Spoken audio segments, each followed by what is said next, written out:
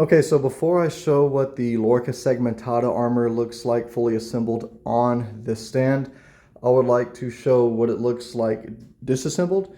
So Lorica Segmentata basically means segmented armor, and these are the four segments that it breaks off into or breaks down into. So you have both the shoulders, and then the main torso is also there. So that's what that looks like.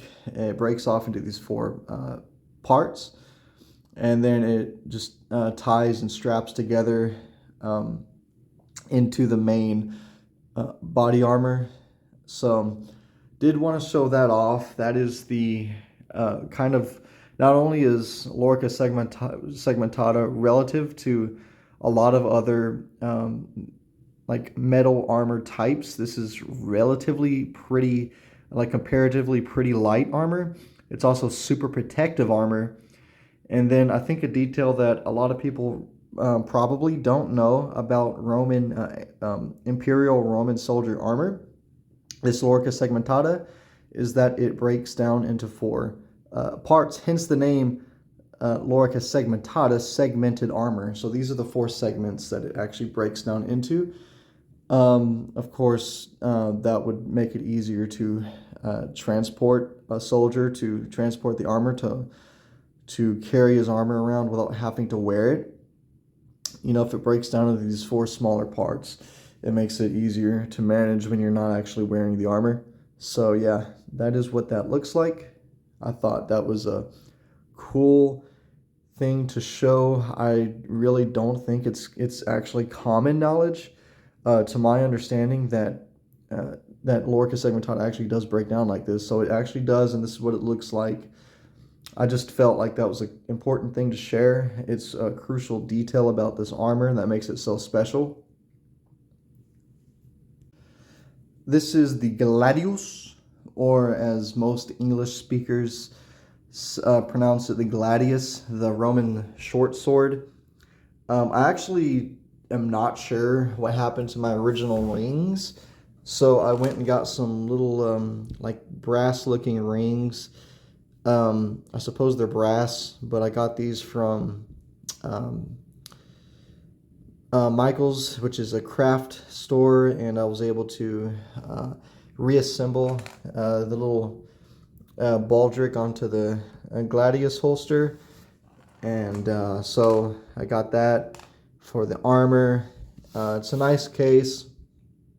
And then, of course, this is, you know, this sword is sheathed within. So I'm actually going to show you guys what the blade looks like.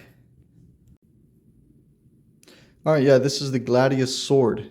This is what it looks like. The blade, it does need to be polished, honestly, but it's a pretty cool blade, or a pretty cool sword in general.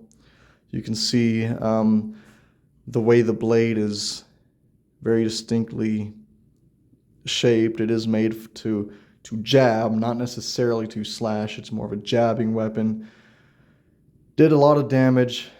I mean, these wounds really, from what I read, these wounds were very grievous. I mean, they're terrible wounds. Normally, you wouldn't survive being stabbed by a Roman soldier if that's what your fate unfortunately came down to. So yeah, it's actually called the Gladius Hispania, I believe is what it's called, but it's a sword type that the Romans adopted from the people living in Hispania, in Spain. So yeah, I believe this sword was adopted and integrated into the Roman army around the time of sometime during the Punic Wars. So yeah, this is that. This is the blade. Another cool thing I would like to show is the Roman caligae, which are the Roman sandals, basically the soldiers' sandals, footwear. Caligae kind of reminds you of Imperator Caligula, but Emperor Caligula, his name basically just means little foot, or little shoe rather. So yeah, this is the a Roman soldier, footwear. They had other types of shoes they would wear on campaign too, but this is probably one of the more iconic, the Caligay. And as you can see, it's actually studded on the bottom, so that helps a lot with traction. So yeah, that's actually how the Roman Caligay sandals really were. This is an exact replica of Roman Caligay as they would have been 2,000 years ago. So yeah, pretty neat. I don't know if a lot of people actually knew that Roman Caligay sandals were studded on the bottom, but Roman soldiers did have studs on the bottom of their footwear, of their sandals, the Caligay sandals. So yeah, and then it's got a string here that it laces all together. But yeah, that's how it laces all together with a string. Yeah, that's the Caligay.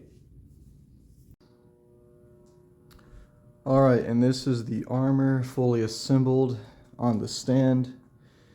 Let's see, I have my Gladius sword, and that is attached to the leather baldric. And this is the Lorica Segmentata. Got the belt on.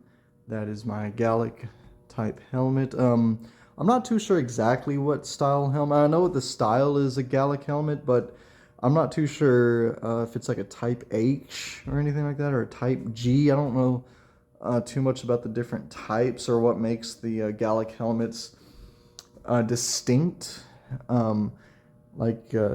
between the different types of Gallic helmets. But I mean, you got the typical Roman Gallic helmet here, and this is my Lorica Segmentata.